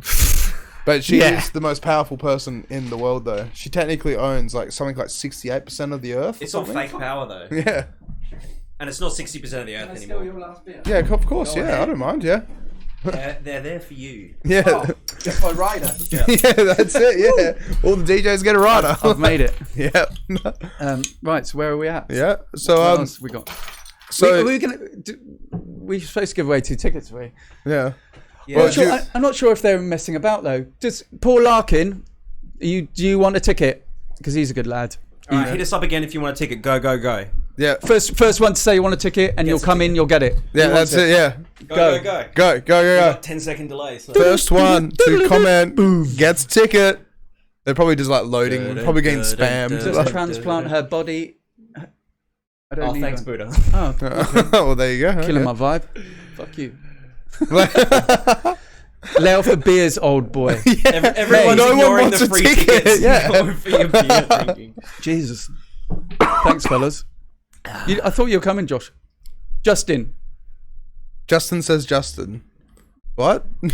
Justin, ring. If you want me, just text me, mate. You know that. Yeah. I thought your kid was having its tonsils out or something. That's what you said. Yeah. And then you were like, oh, I didn't know whether it was going to be right. I would buy one if it was free. It sounds great. That's what we're saying, You though. don't have to buy one. I mean, you're not free, but we're I would giving buy away one, for free. but if it was free, sounds great. All right, buy one then. That's it. I tell you, what, you buy a normal one, I'll upgrade you, Paul. Don't do me any favors. Just buy. Just Yeah, come. Just yeah. come. Just have a good time. I am enjoying the beer. Yes. Josh doesn't know either. Fuck me. Can't Give it We away. had like 5 that's people it. before. Where's everyone Yeah. gone now? That's it. Yeah. All right. All It's right. all right. We'll ask No. again at the Yeah. end of the podcast. At the end of All the right, podcast. I'm not gonna. Yeah. I'm not gonna beg. So let's continue the story though. So what actually happened? So how did you get to Ibiza then? Right. So, so I was in London, uni, blah blah blah blah. I left, came to Australia, DJ'd for a little bit, and then I was with a girl, and she wanted to go to London and check out Europe. So I said, "Yeah, I'll come back with you." So I went back. We broke up, and instead of like flying back to Australia with my tail between my legs, I was like, "Fuck this! I'm gonna have it off in London for a little bit." So instead of like having a couple of years, enjoy myself, and well, no, that sounds bad. Just yourself, eh? Instead of like having a couple of years and then come back to Australia, I met another girl. I fell in love with her. Ended up working at MTV for 6 years, and kind of MTV. yeah, and then You were hiding that one for us. yeah, and then and so yeah, I stayed for 6 years, but I hated London by the end of it and had to leave. And so Really? I had to leave her behind, which was Okay. gutting really. But so But- I was in MTV for 6 years, and then I was like, fuck this. What were you So- doing in MTV? That's huge because back then MTV was a massive thing. Like, Yeah, it was pretty cool. So my best mate's wife was working at MTV, and I'd gone back to college when I'd come back to Australia when I was 30, and I was like, I need to retrain or something. So I went back and did interactive multimedia at TAFE. Okay. So I did that, and then I took that to London, and my mate's wife was working at MTV, and she said, "Oh, I could probably get you a job interview. Like, what have you got?" And I was like, "This," and she goes, oh, "Okay, I'll have a word." And it's kind of, it's who you know in this world. Do you know what I mean? Yeah, it really is. And so she was like, I can get you a job I can get me an interview at MTV. Like, as long as you don't fuck it up, like you're shooing. So I went along and kind of bullshitted a little bit and made up a few things that I'd been doing a bit of graphic design, but then I was like, I said, yeah, I had a graphic design agency and blah, blah, blah. So kind of just blagged it in there really. and then suddenly I'm working at MTV, yeah. And what was your role though? So I was graphics coordinator, it's called TX Link developer. TX Link developer. Yeah, so you're doing some back end stuff. Yeah, so I was basically the middleman between what goes on air and the graphic designer. So they'd say, we want this graphic to come and do this animation, and it needs to pull up the car information for Justin Bieber, and then the next one when it's Queen, put it on. Like, so you have a team of graphics designer send you the assets, and then they send us the video and say, this is what we want it to look like, make it happen. So you'd be like, okay. So you set up all these, like, we had this bespoke like software that was built by designers in MTV. So they'd build this software, and we'd work with them, and we'd make all this new bespoke software that would animate all this stuff into the system. So we were running like 30 channels across Europe. So we were doing like all the seven MTV channels in UK, like MTV Dance, MTV this, that. Then we do MTV Poland, MTV Madrid, all the Europeans, France, Spain, Scandinavian channels. So we do all the graphics for all the 30 channels, like a team of 5 of us. So yeah, and so I did that for 6 years. That's pretty cool though. And my brother had a nightclub, so we were booking like we booked Calvin Harris and Pete Tong and stuff like that. But before Calvin was big. Really? Yeah. When he was big. We booked him, and he got that number one. They Bonkers or something. No, not Bonkers. Dance With Me. Yeah, I think Dance With Me went to number one. I think there was one after that. It was the really ravey one. Acceptable in the 80s? No, after that. Anyway, we booked him, and then he went. Yeah, he had a number one, and so that was mad. Yeah. And the weird thing with that one. Oh, hello, Ruth. She's watching. Shout out to Ruth. We got the Ruth. She's one of my Ibiza friends. She does makeup in Ibiza and works for Adidas and stuff like that. She's a superstar. Holy shit! Okay. So yeah, the funny thing with Calvin, not that funny, but anyway, we booked him for the club, and then the next day I drove back to London to hang out with my girlfriend, and we went for a walk in Hampstead Heath, and it started to piss down with rain. I was like, fucking hell. So we ran under this tree like that, and I looked to my left. There's fucking Calvin Harris. And he looked at me, and I was like, was he? And he was like, were you in the club last night? I was like, yeah, fucking Saul. And he was like, yeah. What the fuck he said, what are you fucking doing here? I was like, what are you fucking doing here? He goes, well, I live up the road. I said, well, I live up the road as well. So I'd like booked him one day, and then the next day bumped into him. I've never bumped into him again. But oh my god, it was weird. Still, like, he's a superstar. Yeah, but he's I was like, world's most and my girlfriend was like, that's Calvin Harris. I was like, oh fucking hell, it is. I said, and he was like, weren't you? And I was like, yeah. It was weird. It's one of those things. Yeah, look up world's most paid DJs, because he's like number one or something like that. But he's had a lot of work done, and he doesn't look like that anymore. The picture I've got with him, he's like, really? But he's Calvin Klein model now, isn't he? Calvin Harris, number one. That's it. Yeah. What, has he actually had like plastic surgery and stuff? He looks like he has. Yeah, okay. Doesn't he? I wouldn't be surprised. He's number one. Like, yeah, because his net worth is $300 million. He's done a solid effort. Yeah. Wow. And I remember actually reading something where he used to work in like the equivalent of an IGA as a checkout chick. Like, apparently he did that, and then he just like honed in. It was, checkout guy. Checkout chick. Aussie slang. Checkout person. The checkout person. That's it. It's 2020. Oh, come on, man. Yeah. So then, okay, so you bumped into Calvin Harris, and then what happened after? So we hung out, and then he went into Hollywood and never spoke to me again. Yeah. No. How did Kinky Malinki come about? Yeah. Oh, the Kinky thing, yeah. So I was working at MTV and hanging out with a little crew of DJs and that. And one of them knew Paul Crane, who, hello Paul, big man. He owned Kinky Malinki, still does. And my mate said, our mate Paul does these parties at Ministry of Sound and Turnmills and all these really big clubs. If we sell 150 tickets, we can do the side room. So we'd sell 150 tickets to our mates, book 3 or 4 DJs, and have the side room at Ministry or whatever. So we do it as it was called Jam Basher. So we had a little crew called Jam Basher. So we were doing stuff for Kinky as a side room thing. But then when I went to Ibiza, Paul said, "Oh, do you want to help me run Kinky over in Ibiza at Eden?" I was like, "Yeah, cool." So I'd like pick up all the DJs, run them around, put up all the flyers, make sure the posters are up, run the promo groups. And so it was called Eden. Yeah, Eden in San Antonio. San Antonio, okay. So we were running a monthly out there, and then by the end of it, he was like, "Oh, I'm not going to come out. You just do it on your own." So he'd leave me to it. Because I always, so you own Kinky now?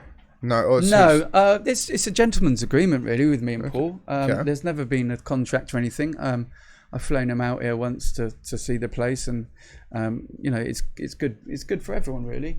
But I was hoping to bring him out for Manifest, but he's not vaxxed, so he's not going anywhere. Yeah, unfortunately, yeah. But maybe in the next couple of years. Yeah, maybe, when we can fly again, I'll fly him out because I owe him. But yeah, so that's how Kinky came about, and then I was doing Kinky in Ibiza, and then when I came back to Perth, I was like, I'll start doing Kinky at Geisha. So that's 9 years of there, and then we did our in Bali as well. And so how did you get into Geisha? Because you've been there forever, right? Yeah, I've been playing there for 12 years maybe. It's weird because when I first came to Australia, it was so hard to play in there.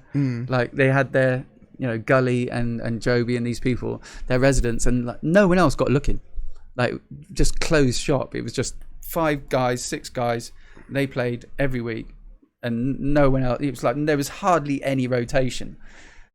So I find it funny nowadays where you got people who are maybe DJing for 6 months and they're like, I want to set a Geisha. It's like, are you involved much with fucking hell, man! It took me. I had 5 years, 6 years of waiting. Like, are you still involved with Geisha at the moment? I haven't played since Kinky finished there in November, and it was actually the gig that shut down Perth because we had a hotspot there with the French backpacker. Oh really? Yeah. What is it with the French backpackers, fucking French.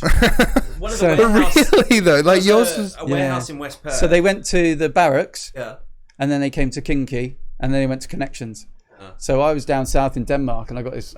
It came up, and it was like Perth, Northbridge nightclub on hotspot. I was like, fucking hell, and then it was like Kinky, and then it was like Geisha, and I was like, hang about. That was me. Fuck. Yeah. So, and what were you thinking when that happened? I was thinking, we've all got COVID, but no one in Geisha got a dose. No one in Connections got a dose. Really? So yeah, I don't know. Make of it what you will, but I think everyone got it from the backpackers more than they got it from the events. Yeah.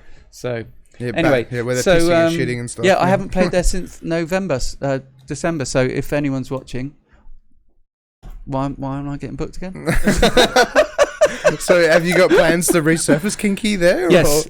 No, I'm not going back there. Okay. Okay. Well, I mean, I will go back there, but Kinky, no, we've actually found another home. Oh, really? Yes. Are you able to? Yeah. No. No. I don't want to yet.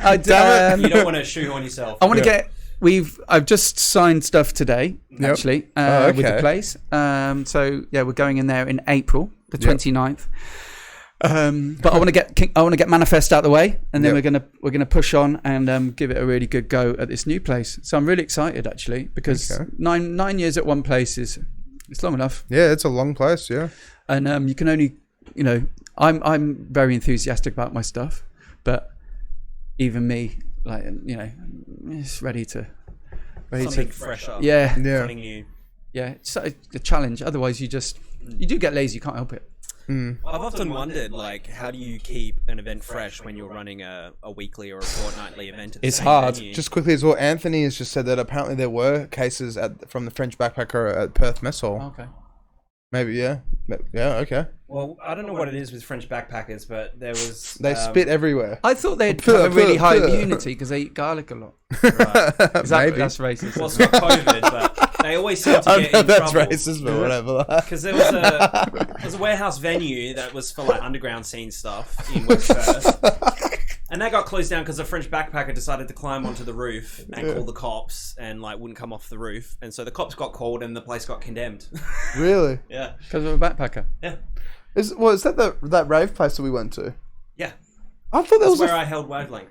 No way. Okay. That's gone now. Doesn't exist. I thought it was because there was a fight out the front or something like that, and the cops got called. Not that a French backpackers It just was on the the French roof. backpacker got in a fight with the doorman and climbed up on the roof and then called the cops. And the cops came and was like, "We're shutting this down, and then we're calling out City of Perth, and we're going to have the whole building checked." Yeah. And then they came in, and then they were like, "This building is about to collapse. We're going to condemn it." Was he Oh, shouting wow. in French or English? What was he shouting? I wasn't there. I've a only poor, heard poor, the poor. stories from the Yeah, that's it. Anthony also says our gear was at that party also. Really, at the Perth mess hall. Does he mean drugs? Yeah. Is he? Yeah, what kind of Maybe. gear? Yeah, Shot in that's food. it. That's it. Oh, he means lights. Yeah, lights. Ah.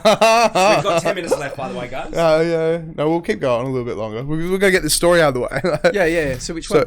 So which one? So you went, how did you, Ibiza? Yeah, so I did Ibiza. So I did 3 seasons there. How long is the season usually then? So season runs from May till September. Okay. So I did 3 seasons there, but I was coming back to Australia in between. So I was doing summer there and then summer here, summer there, summer there. So Very it was nice. wicked. Yeah, it's really good. But it's tough out there and the money's shit. Yeah. And it's expensive. I got told it's like $8 for a bloody bottle of water, like £5 or something like that. and the rest. Yeah. In the super clubs. But I mean, if you're working there, you know everyone. So it's like here kind of vibe where Okay. if you go see your mates at work, you get a bar card and blah blah blah blah, and Yeah. you don't pay for anything if you know people. You get free guest list to Yeah. get into the club, so you don't pay your $50. How to big get are the in. guests lists sometimes, and like how long are the lines and stuff as well? Well, the guest lists are like they're like workers' guest lists, and they might give away 300 free. Okay. 3,000 capacity club or whatever. Yeah. How long does it take to get in from a decent line? Like, Oh, they fucking get you in quick. Yeah, they get you. I mean, they know what they're doing. They get you through. yeah. Okay. I was condemned because it had COVID on it. Anthony was just saying he was at Perth Mess Hall, and also his AV lights and gear was at the condemned warehouse as well. Because Okay. somebody coughed on it. Someone's getting around a lot, Anthony. He's got a lot of gear. Yeah. So yeah, they get people in pretty quick in Ibiza. They know what they're doing, but they jam you in. Like some of them clubs, like Ibiza, Amnesia. Like I don't like crushes, and there's certain times where I've walked out there because I'm just like, this is not good. Like Too hectic. just yeah, it's like crams in, and I'm like, somebody's gonna die here. What are the like laws and restrictions and stuff in Ibiza like? There's none. If there are any at all.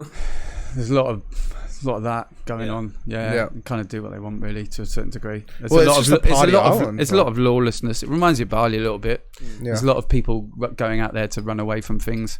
Okay. There's a lot of kind of people, doing naughty things. Bit like Bali as well. It's got a lot of similarities to Bali actually. A lot of the kind of same people are kind of Just running way away. more expensive. Running around away from stuff. Yeah, just way more expensive. Yeah, so I did 3 years there and I was like, I feel like I've done this really. Like I've always when I went there I was like, this is amazing, and I thought, oh, what would it be like to live here? Because when you go to holiday somewhere you're like, this is great, I'd love to live here. But in reality there's living and holidaying and 2 different things. But in fact it was pretty magical living there. There's Really? a completely different side to the island, like a lot nicer side. Ibiza equals hedonism. It does, yeah. I mean, it's got the best clubs in the world. You can go out. It's like having Saturday night every night for 6 months. Like every club has got like, you look at the magazine. You're like, when you're fresh there anyway. You like, oh, I've got to see this guy tomorrow. Oh, this will be amazing. Oh, that'd be amazing. And they are. Like you do 6 days and you have 6 amazing nights out. It's amazing. But when you live there, you kind of pick and choose, and you say like, next Tuesday we'll go out to see somebody on this sacred rock that's a private party, blah blah blah blah blah. And so, how big actually is the island? Is it kind of like Rottnest or something like that, or It's is it? probably, I reckon it's It'd be bigger than Rottnest. 5 times Rottnest. Okay, Can drive across the island in half an hour, half an hour. north Okay. to south in 45 minutes. Up the north is where all the hippies are. And then down south is. And so, why are all the hippies up north? Like, So Ibiza used to be when everyone was getting chucked into the army in the 70s, I think it was. yeah, All the hippies and the people that didn't want to get put into army ran off to Ibiza. So all the hippies and the musicians and all the that lot, Okay. or fucked off to Ibiza and kind of hid there, so they didn't get put in the army, in the Spanish army. So it's always had that history of like creatives and that kind of vibe. So that's where it all started, and that's where there was a lot of kind of parties and stuff there. Yeah. And then a few English DJs went over there and went, wow, this is amazing. And then One they of went back those to London. old scenes did start with sort of like counterculture, Exactly. anti-authoritarian, like Exactly. It's like freedom, isn't it? It's like that hedonism, freedom, and people that from the 9 to 5 kind of go, oh wow, that's good, isn't it? And then it's a different world. it turns into Ministry of Sound CDs and glow sticks and David Guetta. Yeah, 20 years later and stuff. Yeah. But it all starts somewhere. But it was a good time. I met a lot of people, learned a lot. Met some of my best friends, my lifelong friends, actually. But it wasn't easy. It was tough. It's tough. There's a load of DJs there. Yeah, that's it. Everyone's just trying to fuck the gigs in a way, right? Yeah, it's fucking tough. I mean, you've got to be really hungry. If you're not hungry, it'll just spit you out and you'll go home. Yeah. But I mean, I've seen people really make it big from there. Like people like Sam Devine. She was like DJing in this little bar in town, and now she's defected head honcho, really. Okay. But it's good to see. It's when you've been around for a while, it's good to see people like come through, because you're like, well, if they can do it, like Joel Corey. Yeah, Joel Corey. He used to work at MTV. Okay. He used to be like the T-boy for MTV production. Oh, really? Yeah. And he was Joel like, Corey. I remember when he first came to work, me and my mate were like, see that fucking idiot upstairs? Because he used to come into work like in Geordie Shore, kind of like stringlets and all this stuff, and we were like, not really office time, mate. Yeah. And then he was working on the Geordie Shore program. Yep. I hope he's not watching. He probably isn't. Too fucking famous now, isn't he? Yeah, that's it. Yeah. Because he's had a few songs in the charts. So he was like, he had a number 1 in the UK. Yeah. He's like on the Brit Awards and all this. He just quit his Kiss FM show in England, so he must be doing well if he's quit, prime time London radio station. Yeah. Anyway, so he was T-boy for MTV production. And then he was working on Geordie Shore, and then I think he was like, right, well, how can I get onto Geordie Shore? So he started fucking that fat girl in it, and then he was like, right, I'll get in the back door. Yeah. Not literally, but like, Or literally. he was like, right, this is an easy target. So he started banging her, and then he kind of got into it, and then he obviously wasn't working for MTV production anymore. And then making it onto the show. Yeah, he was kind of like, this is Trace's boyfriend or whatever, and then it was like Joel, and it was like, so he was kind of like little kind of side piece now and then, and then he started making some tunes, and then he made that bootleg of At the Love Parade by that got taken down, and he got absolutely trashed for it, didn't he? Really? Yeah, because he did it like an illegal bootleg, and it went to number 1 on Beatport, and then the original guy like called him out on Facebook, and it was all a big ugly thing. Yeah, okay. But it actually probably gave him quite a bit of clout. Well, that's the thing, right? Any publicity is good publicity. To a certain degree, yeah. I mean, it got him at number 1. I mean, obviously, I had to take it down and look like a bit of a dick, but he's done well. I mean, from me laughing at him wearing his stringlets at MTV, now he's you think he's playing at Hakkasan or something in Las Vegas. Yeah. And that is big money. Yep. You know That's what I mean? exactly it. If So you I get was a chance like- to play at Las Vegas. I was like, fair enough. Yeah. Like, I can't be a hater. Well done, dude. Yeah. Yeah. Yeah, that's it. So yeah. So we always ask our guests, well, we've just started doing this recently, but like, what's the most out of control gig that you've done? Or like the worst gig you've done? And the best gig you've done? And so like last night with John E, we had a out of control gig where it was like a bridesmaids party, or like a bucks party, and it got way out of control. I jumped off the stage onto someone once. You jumped off the stage. Yeah, he onto threw a some- bottle on me at my head, and I lost my shit and dived off the stage. I remember that one. That was Where good. was that? It was in Northbridge. It was in Varga Lounge. It was, Okay. and it was where it was called Brooklyn. There was Varga Lounge, and then it's ice cream. No, it's what's it called now? Ice Cream Factory. You know the one next to Paramount. Yeah. What's that Coconut called? Grove? Yeah, Coconut Grove. So Okay, it was yeah. like 10 years ago, and I remember it was like at Christmas. And at Christmas as a DJ, you get a lot of shit. Yeah. And I remember saying to my mate Daz K, the night of this thing, I said, I'm fucking losing my shit at the moment because I'm getting so much grief off people. You know, when you have a few Karens and you start to get fucked off. Yeah. And I said to him, I'm fucking not in the mood for this anymore, And I remember I went to work, and this guy comes to the front of the stage. I was DJing, he comes to that stage, and he was going, "You're shit, you're shit," and I was just like, "You're fucking shit," and I was like, "Fuck it, I've had enough of this." So I was like, went down to the front, and he had his bottle like this, and I said, "Sorry, mate," and he was like, "I don't think your music's very good." And I was like, "That's not what you said, is it? Say what you said." And he was like, "I just think your music's very good." I said, "Say what you said." He goes, "Your music's shit." So he had his bottle like that, and I went, smacked it out of his hand, and then walked off. And as I walked off, he picked up the bottle and went, dong, bounced it off the back of my head. And I was like, no more. And I just turned around, and there's like stage about this high. And I just like jumped off the stage and grabbed him. Like, we were scuffling on the floor, and then we both got chucked out. And I said to the bouncer, I'm like, I'm DJing in here. And he was like, "Oh, well, you can't fight people." And I was like, "Well, yeah, but music's going to run out, so let me back in." So that, I mean, very nice. And then he was outside like, "Fucking get out of here, get out of here." And I was like, "I'll finish at 10, stay there." Yeah. See you in a bit. So yeah, it's that wasn't very good. That's awesome. This is another fighting story, but it's a good one. Okay. So I was playing Summer Days. Oh no!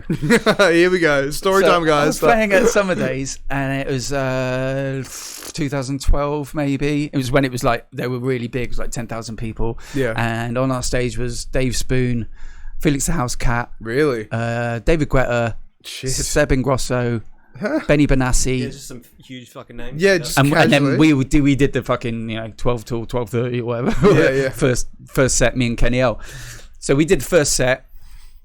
I'd been playing till 6 in the morning night before, so I was pretty shattered. And then we got on the Coronas, and then by 5 or 6 o'clock, and Seb Ingrosso was there before he was in Swedish House Mafia. Yeah. And we were all on side stage. Guetta's playing, 10,000 people, it's going crazy. And Ingrosso's chatting his groupies up, and I'm drinking a Corona, he's got a water, and he's just acting like a dick. And he went past me with this water and went like that in my face, like with water, and I was like, fucking hell. Really? This is in Grosso? Yeah, just like spraying people being a dick. Yeah, okay, yeah. But it was just water. Yeah. So, it wasn't that bad. But I had a Corona, so I was like, fuck you. So I was like, and just like sprayed him in the eyes. Sprayed in Grosso. Yeah. So like, lemony Corona in the eyes. Yeah. And obviously he didn't take to that very well. So he's fucking like, he swung at me. I ducked and just went bam like that and smacked him across the face. He went down, and then he gets up and he just rugby tackles me off the side of the stage. There's 10,000 people. David Guetta's here. He spear tackled me off the side of the stage. We've got one of these big industrial fans like this that you have at those festivals. We bowl this fucking fan off, me and him Grosso, off the side of this 6-foot stage platform. Off the side, and then fucking Benny Benassi's there trying to pull us off. All this shit. Oh my god! And it was just hectic. And, no shit. And I was like, "Fuck, this is not good." And so when I went back on stage, and then the promoter came up, and he was like, "What the fuck's going on?" I was like, "Oh," and he was like, "Get out!" And I was like, "Shit!" So Andy Scalia was. Yeah. So did you get kicked out? Yeah, so I was like, "Oh, I'm going." So I went out the exit, went down, and I rang my mate. I was like, "Mate, you're not going to believe this." He goes, "I know already." I went, "What do you mean?" He goes, "Yeah, somebody in the crowd rang me and said Saul's having a fight on stage." I was like, "Oh, fuck." So it already like got out there. So he rang me and said, "What's going on?" I said, "Oh." And then as I was talking to him, Ingrosso comes out the back of the stage and like looking around this, and I was like, "I've got to go." Like, he fucking wants round 2. I was like, "Oh shit!" So I was like, "Come on!" So he comes running down the fucking thing, and I'm like, "Here we go again." And he was like, "Hey, no, we're friends. We're both DJs. We've just come to have good time, drink, party. Like, this is just Grosso, yeah." He's like, "Come back. No, all good." I was like, "Yeah, cool." So we just went back home, like had tequila shots and stuff, and the promoter was like stood there. It's good that you made up at least. So it was good. Yeah. You got to fucking have a. And then I got a photo with me and him. We were like this doing the old boxing stance.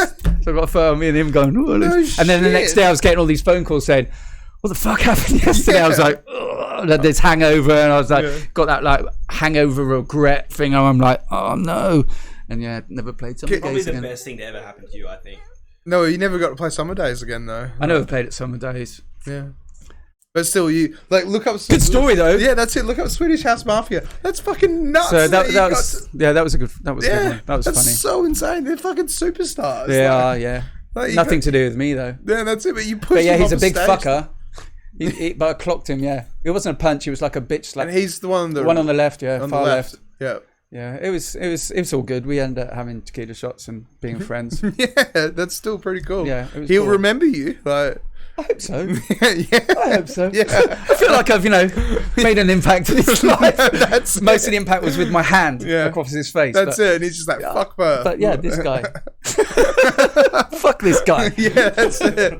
Perthy's not. I got slapped. Yeah, so that was good. Yeah. And then the best party I've ever been to, I wasn't playing at it, but it was probably a boiler room in Ibiza. Really? That went for 3 days. 3 days. Yeah. And it was in the Cirque du Soleil owner's villa. Okay. So he had all his performers from Cirque du Soleil there, and I thought it was like you had to pay for your drinks and all this kind of shit. But then I went to the bar and said no, it's all free. So they had like a cocktail bar. They had one of those chocolate fountains with fondue and shit. Yeah. And then they had a sushi rack here, and then they had and it was free for like 3 days. And it was Jamie Jones and WAF and Really? it was a boiler room thing. So I'm in the background of the video, and every 6 months somebody would send me a text and say, "Were you at the fucking Ibiza boiler room? I can see you on your phone like looking really bored behind Jamie Jones." Really bored behind Jamie Jones. So yes, I'm just like stood there just going like, No shit. I'm like, yeah, great. So yeah. What's the time signature? We'll see if we can pull it up. Oh nah, don't do that. But It'd just be him on his phone. Like, but that was the best party. What if it's like free sushi, free chocolate Mate, fondue? you just like the best food, the best entertainment, and it was just like all the cool people from Ibiza, basically.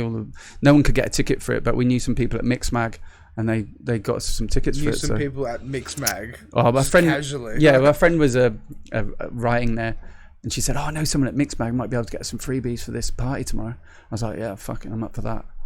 And that's amazing though.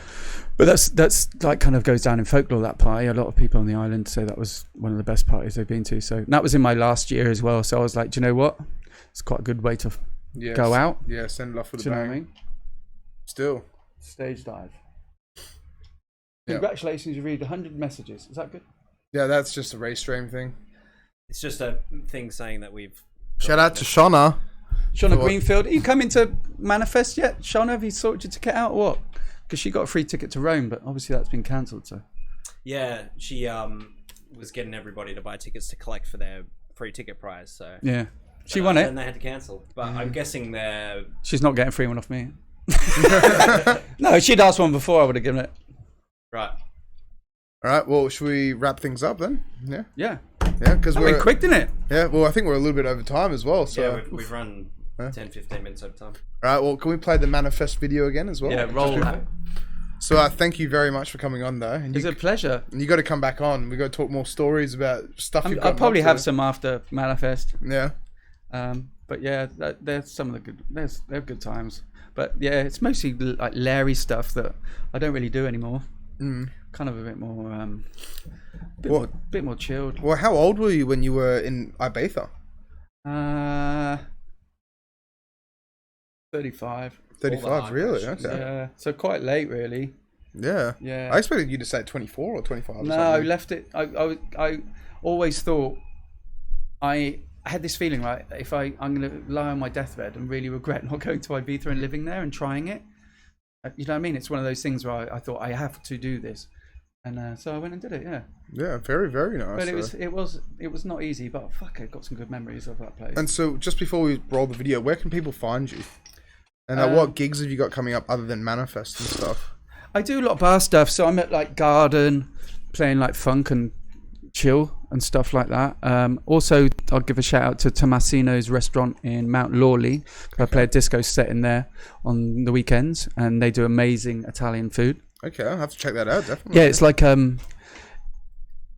during the week it's no DJ, just nice Italian food, and then on Friday and Saturday you have a DJ and it gets a bit more party. What was it Where called was it again? again? Tomilo's. Tomasino's. And it's in Mount Lawley. Mount On Lawley. Beaufort Street? Bow Lane. Bow Lane. That little lane away up by the new pub, the Elford. Oh, the up Alpha where that the end. Scotto used to be. Yeah. Yeah. So yeah, just doing bar stuff like that really, and then just getting ready for Manifest really, and then Kinky will be back, and so we'll be locked into that. A lot of work to do behind the scenes. Yeah. Yeah, we're getting to the sharp end. So there is a lot. There's certain things you can't do until 2 weeks out, really. Yeah. So they're all the things that are doing now. Yep. But there is, it's just, and things just. Things are coming up that you're not expecting. Things that like I went to get 30 cartons of Corona today, and I went there to see the guy, and he was like, "Oh no, we haven't got it anymore." I'm like, "What the fuck are you talking about?" So I've had to order that from somewhere else and get that tomorrow from York. So it's just there will be little potholes in the road, but it's to be expected, and that's the test, isn't it? How you deal with that shit. Just try and stay calm. Yep. Right, so Manifest on the 6th. Yep. So the 6th of March is Manifest. That's the next one. Come and see us. Come to York, spend the weekend. That's it. there. Yeah, Come if to you York. see us around, come anyone say that hi. knows me or wants to get in contact with me through my Facebook page, Saul Bliss, I'll give you a nice little discount. And also, if there's any nurses listening, I'll give you a free ticket because you are doing an amazing job, and I don't think you get enough props. Yeah, really. no, 100%. Shit pay for an Guys, amazing job, really. So, I've had a few people in hospital and they've been looking after them recently. So, if you're a nurse and you want a free ticket, hit me up. No problem at all. Yeah, you heard it first from the man himself. All right. So That's about it. yeah, I'll see you all at Manifest, including you two. that's it. Yeah, Definitely. yep. We'll see you there. Sweet. All right, cheers very much for coming on, and we will see you guys at Manifest. Thank you so much for having me. All right, here is the video. We'll see you guys later on. We'll see you in a fortnight for some more guests and more party stuff.